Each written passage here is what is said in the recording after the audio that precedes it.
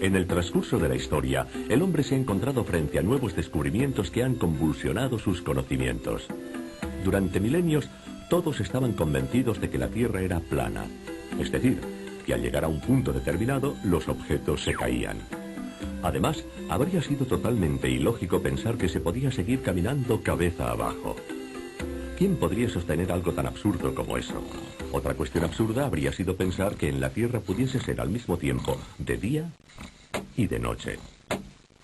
Es decir, que mientras algunos trabajaban bajo el sol, para otros era de noche. Todavía era más absurda la idea de que pudiera existir un punto de la Tierra que, una vez cruzado, hiciera retroceder un día.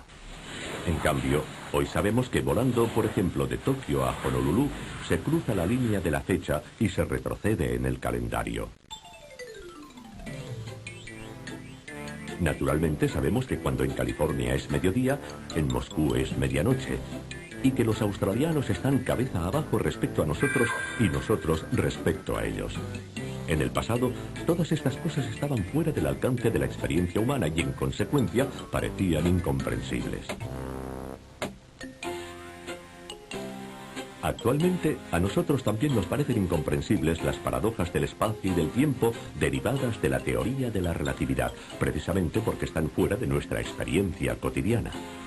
Por ejemplo, ¿cómo es posible que cuanto más cerca se está de la velocidad de la luz, más lentamente transcurra el tiempo? ¿Cómo entender que si un astronauta viaja durante un tiempo a una velocidad cercana a la de la luz, cuando regrese a la Tierra encontrará a su hermano gemelo mucho más viejo que él? ¿Y cómo es posible que a esta altísima velocidad un objeto se contraiga aumentando su masa? El hecho es que estas paradojas nos parecerían totalmente normales si formaran parte de nuestra experiencia cotidiana. Pero esto no sucede por una sencilla razón. Estos fenómenos se hacen evidentes únicamente al viajar a velocidades muy cercanas a la de la luz, y estas velocidades están más allá de nuestra capacidad. Basta con pensar que el objeto más veloz que ha construido el hombre es una sonda interplanetaria que en el momento de máxima velocidad puede alcanzar aproximadamente los 20 kilómetros por segundo. Pues bien, la luz es 15.000 veces más veloz. 300.000 kilómetros por segundo, es decir, que un vehículo interplanetario actual comparado con la luz se encuentra en la misma situación que una tortuga en relación a un reactor. Es 15.000 veces más lento. Por esta razón, nunca hemos podido entrar en la zona mágica en la que tienen lugar estas paradojas. Pero, ¿por qué suceden únicamente cerca de la velocidad de la luz? En realidad, se producen siempre, incluso a baja velocidad. Pero los efectos son demasiado pequeños para que nos demos cuenta. De hecho, su crecimiento es muy rápido al aumentar la velocidad. Basta con un simple ejemplo para entender este concepto. Cogemos un objeto de metal y lo acercamos poco a poco a un imán. Cuando está a 1 metro, el efecto de atracción no se advierte, aunque en teoría existe ligeramente. Tampoco sucede nada a medio metro, y tampoco a 20 centímetros.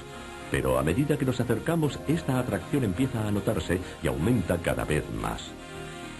En el último centímetro se hace muy fuerte, y en el último milímetro, fortísima.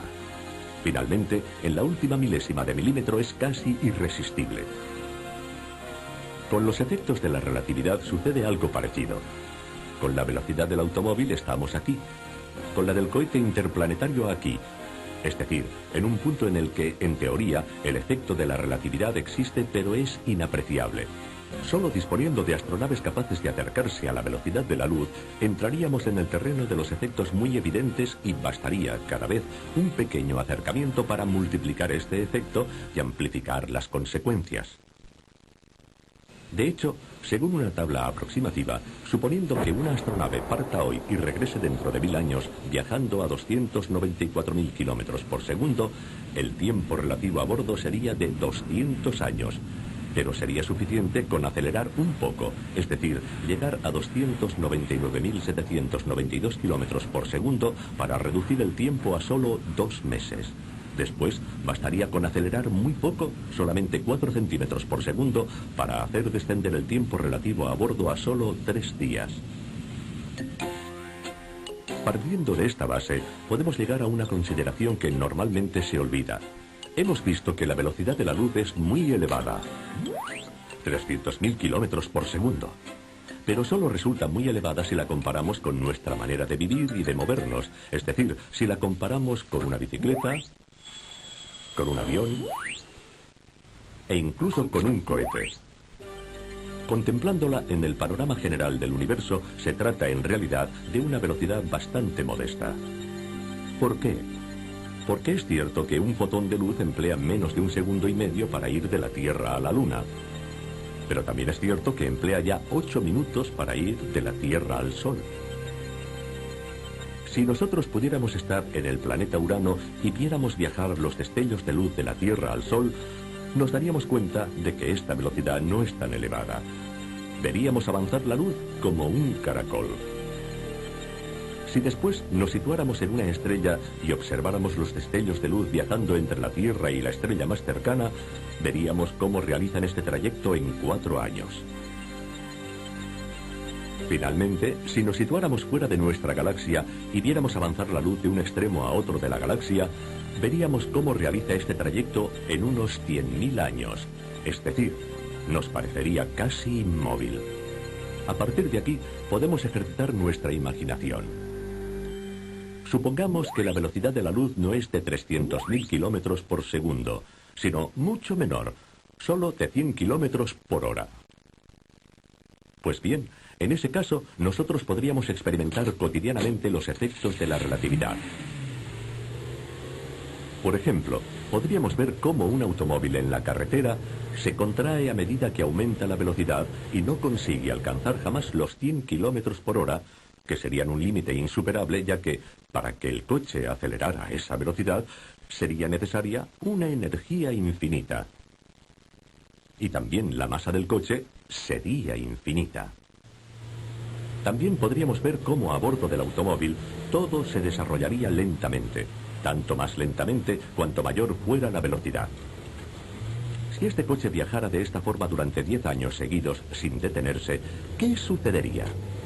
Pues bien, al llegar a casa y frenar, la longitud volvería a ser la misma de antes y el tiempo a bordo transcurriría tan bien como antes.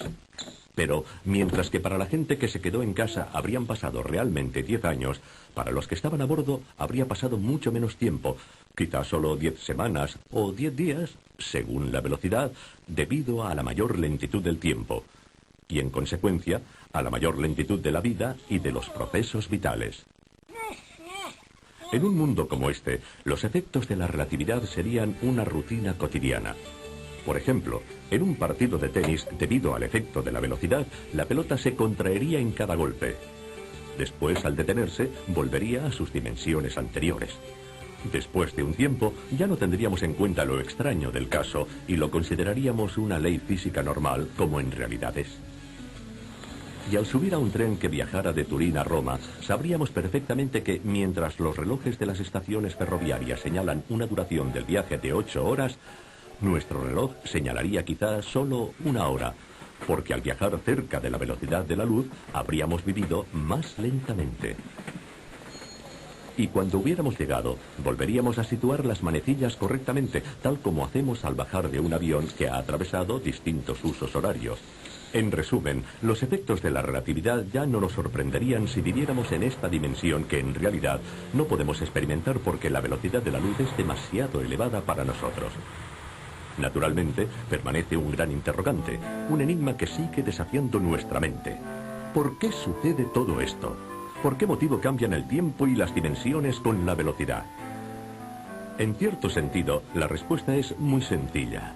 Siempre ha sido así, aunque nosotros no nos hayamos dado cuenta porque nunca hemos experimentado estas velocidades.